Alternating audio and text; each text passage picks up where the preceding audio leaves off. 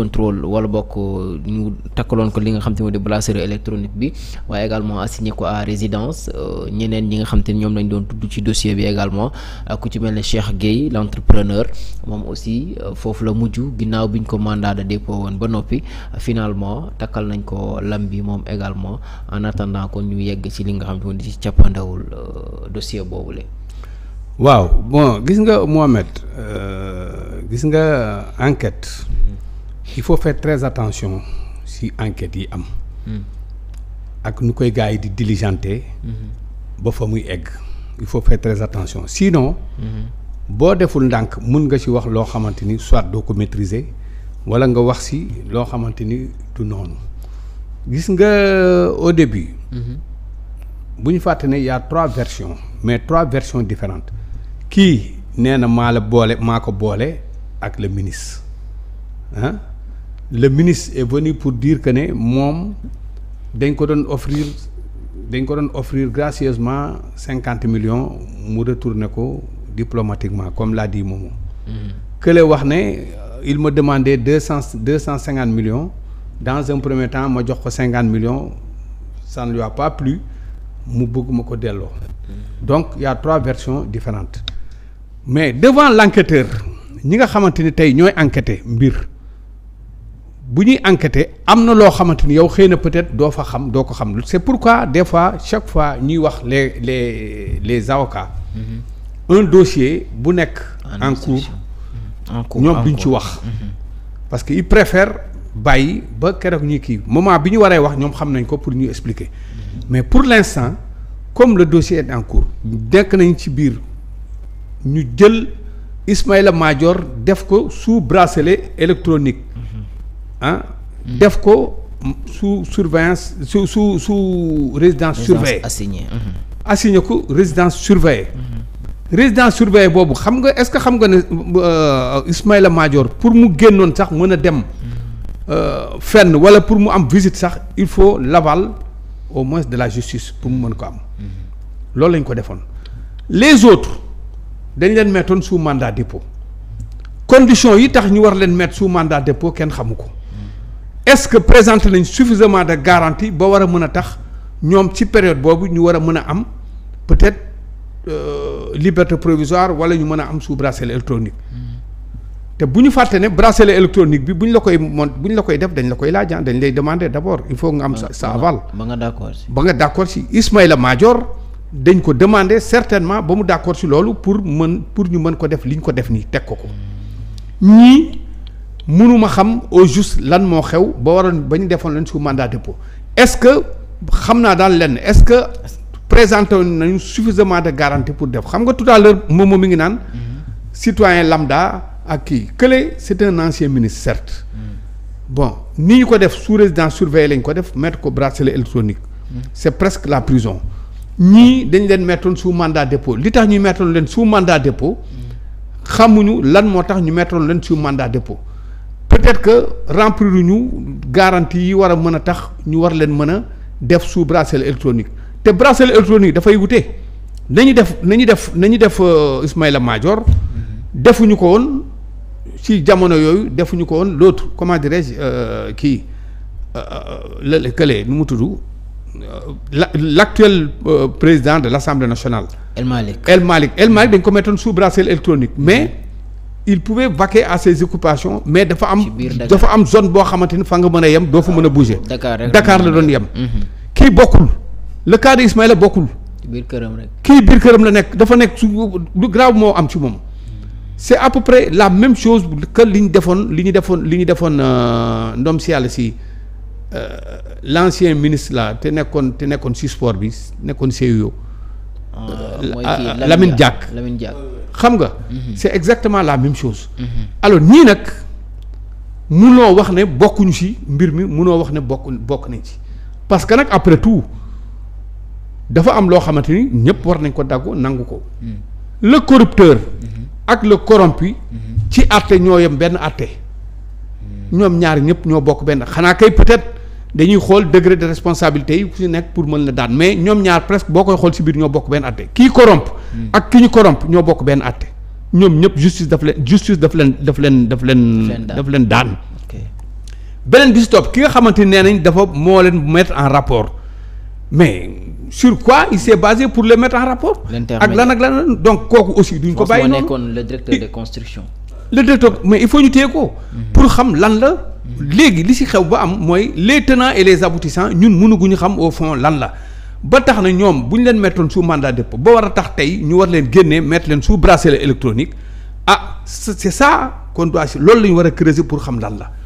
li si des ba am daal ba am mooy pour l'instant comme ñoom ñëpp génne nañ leen mettre leen sous bracelet électronique bon li tax conditions yi war a tax ba ñuy mettre leen sous bracelet électronique libérer leen noonu. man peut-être xëy na bu ñu demoon ba ci biir ba ñu gën a xam le fond du dossier dinañ mën a xam lan moo tax lan moo motiver loolu mu am. li si topp nag mooy de toute façon l'affaire suit son cours. on ira jusqu'au bout pour xam réellement ce qu'il en est. parce que la fa nekkoon nekk na lu jéggi de waxtaan nañ ci waxtaanaat ci. lu nekk am na ci. y a eu des versions de part et d'autre et versions yi ku si nekk dañoo ute. il a fallu l'intervention du ministre pour que sax ñële mën a jug pour ñoom aussi tontu ba tax yenn yu bëri ñu xam ko ci mais le fond du dossier en question vraiment kenn mënu la wax ne lii moo ci nekk xam nañ ko duñu ay conseil duñu ay avocat nekkuñu seen kii mënuñu xam li xew nag ba tax ñu mettre ñi sous bracelet électronique bon loolu moom bon vraiment sànq yaa ngi évoqué par rapport ak li nga xam te moo di aval bi ñuy lay demander ba pare avant ñu lay takkal lam bi ndax le concerné également mën na xëy demander li nga xam te ne moom moo di nañ ko takkal bracelet bi. Bon de toute façon li am. mënuma xam lan moo mën a motiver ba tax ñu jox leen bracelet électronique bi ñu def leen sous bracelet électronique parce que enquête la rek enquête mooy déterminer ba suba ñu war la mettre sous bracelet électronique ñu génne la ci mandat de dépôt mettre la sous bracelet électronique mais li wérte wóor li ma mën a wax mooy quelqu'un qui est mis sous bracelet électronique n'est pas libéré. Effectivement il n'est pas libéré kooku nañ ko jàpp il est toujours mi ngi toujours ci biir il est toujours sous contrôle léegi loolu nag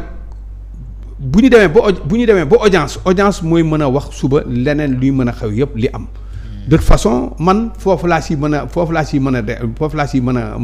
a yem mais bu ñu fàtte ne Momo entre le ministre de la justice ak ñi nga xamante ni kii moo doon directeur de la construction keneen kii nekkoon l'entrepreneur bon après tout nag mu neex nit ñi mu naqar nit ñi amoon nañ tuuti bon wute woon nañ tuuti parce que kële c'était un ministre de la République ñii ay citoyens la ñu woon yoo xamante ni waroon collaborer ak le ministre pour ñu liggéey mënuñu bokk pratiquement peut-être ci biir àtte bi li war ci ñoom li yoon wax mën nañ ko ci teg mais boo koy xool sur le plan kii mënuñu woon bokk kii parce que après tout kii c'est un ministre de la République bon am na peut-être lenn loo xamante ni sax xëy na peut-être mën nañ ko may mais may bi dafay am condition ni ñu koy mayee moo tax tey ñu def ko sous bracelet électronique mettre ko sous résidence surveillée ça c'est grave moo wax la ko kaso la rek daanaka presque am na ñoo xamante ni ils préfèrent aller en prison que ñu leen mettre sous bracelet électronique di leen mettre sous résidence surveillée am na ñoo xamante ni bon ils préfèrent dem prison ba sax moo leen tànneel foofu parce que foofu dinañ mën a dox dinañ leen seeti dinañ mën a dem am ay visite wala yooyu yëpp dina am mais kii léppam c'est contrôlé même étant ancien ministre léppam pour l'instant c'est contrôlé donc man dafay am dossier dafay am fu muy toll foo xamante ni du ma si mën a xaabaabal du ma si mën a egg foo xamante ni pratiquement mënuma maîtriser wu ma li tax cette décision am ba mën a kii du ma si mën a sori li ma si mën a sori rek bu boobaa bu fekkee par exemple bon y a eu communication de part et d'autre buy wane au niveau surtout de la justice buy wax ne lii moo tax lii ak lii bon bu boobaa xëy na dinaa si mën commenter mais pour l'instant actuellement nii bon Momo nous parle d'une réparation moi je ne saurais le dire en tout cas réparation moom en tout cas daal li am ba am daal la justice actuellement daal mi ngi def liggéeyam liggéey bi ci war mi ngi def bu gisee ne kii daal nécessité na sous bracelet électronique mu def ko bu gisee ne kii dafa war a dem mandat dépôt ñu teg ko fi ñu teg ko parce que bu ñu fàtte am na ñeneen ñoo xamante ni ay citoyens la ñu woon simple d'accord Farba Ngom fii député à l'Assemblée nationale une fois ñu lever immunité parlementaire am il est mis sous mandat de dépôt mais le mettre sous mandat de dépôt tax na tey combien de fois ak Tahirou Sarr mi nga xamante ni moom aussi entrepreneur boobu ba léegi combien de fois ñi ngi solliciter seen liberté provisoire gars yi bañ combien de fois ñi ngi teg caution gars yi bañ teg leen munoo xam lan la li ci des et pourtant on en a assez débattu sur ça te kii moo tax gis nga justice dafa xaw a nekk lu xaw a complexe lu xóot la ba tax na vraiment bon des fois toujours dafay laaj ñuy maandu toujours de temps en temps ci yenn dossiers yi parce que si parfois on se base sur des avocats mun nañ la réeral parce que un avocat peut suba jalgati yoona wax loo xamante ni waru ko wax wala wax doo parce que gis nañ fii point de presse wu avocat ñoom Farba yi gis nga lu ñu wax gis nga lu ñu ci wax am na si loo xam yow àndoo si peut-être am na loo xam ànd nga si mais am na si loo xam àndoo si bu fekkee da ngay ñëw pour def point de presse bëgg ci politique wala def dara loolu de xam nga loolu du ànd du en tout quoi première fois bi ñu njëkkee génn sortie bi ñu njëkk a def y a un de ces conseils bu taxoon wax ne de toute façon Farba Ngom bis bu ñu ko téye ñu bëri dañ daanook yooyu loolu dégg nga ko fii ak yeneen est-ce que on doit se fier sur ça pour mën a kii moo tax man vraiment en ce qui concerne la justice chaque fois dafay am dossier fu muy toll je préfère man di ko étudier minutieusement di def ndànk si loolu balaa ma ci wax loo xamante ni suba bon nekkewul noonu te teguma ko ci yoon loolu lay bañ daal. D'accord jërëjëf doyen Alpha merci également à tous les internautes ba tey yi ñuy accompagner ngeen gën a partager waaye également aimer li nga xam te mu di vidéo bi.